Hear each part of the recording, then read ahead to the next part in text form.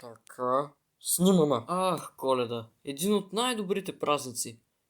Нали имаш подаръци и всичките тези неща са велики, но когато старееш, нещата започват да се променят. И вече не е същото, но поне остават спомените, нали така? Да, Ти какви спомени имаш, Одлан? помня, че след видеото ти за историите ти в Даскал, ти ме заключи в един килер и не ме отключи, докато не се сети, че съществувам. О, да, верно. Както и да е, нека да погледнем куклата Боянбо какво ще каже.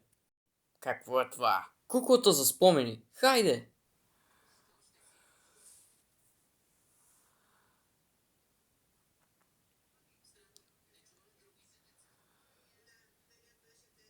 Аз не съм куклата.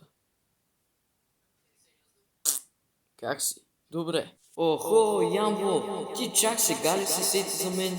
Не ме взе, докато не се сети, че последният ти пост в Инстаграм е как казваш на хората, че ги очаква нещо ново с мен.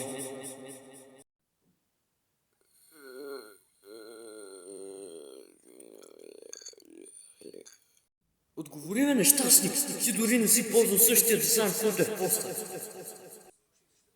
Ти... ти... ти... Какво? Поблизо. Добре? Поблизо. Поблизо. Поблизо. Стана. Тихо. Така, имаш ли някакви спомени за Коледа? Имам, обаче свързано с Cartoon Network. Тоест... О, не. Сега мой ред ли е? Коледа. Едни от най-хубавите ми спомени за Коледа са именно колените маратони по Cartoon Network. Откакто се помня, съм гледал Cartoon Network. Винаги ме е кефил да гледам анимациите там. Колените маратони обаче бяха най-велики по този канал. Помня много добре как даваха неща като Гъмбъл, Анджело и Време за приключения, а разбира се, програмата след това беше разкошна. И според мен това се дължеше на Cartoon Тун, където даваха стари анимации от рода на Декстър, Флапджак, Чаудър и какво ли още не.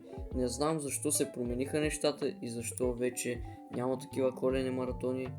И майче ще има, но най-вероятно ще са на Гъмбъл, което за мен е доста тъжно. Не, че Гъмбъл е лоша анимация, обаче когато дори нещо добро се милква толкова прекалено много, става негледаемо в някои случаи.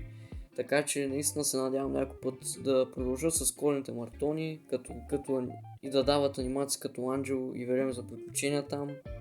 И да. Това са моите най-любими спомени от Коледа. Може да е странно за някой, защото може би си мислите, че са за семейство. Да, и за семейство, защото имам една история как примерно купихме телевизор на същия ден, когато имаше коледен маратон. За ирония на съдбата беше на Гъмбъл, но тогава като не го даха и не го милкваха толкова много, си беше кеф да го гледаш.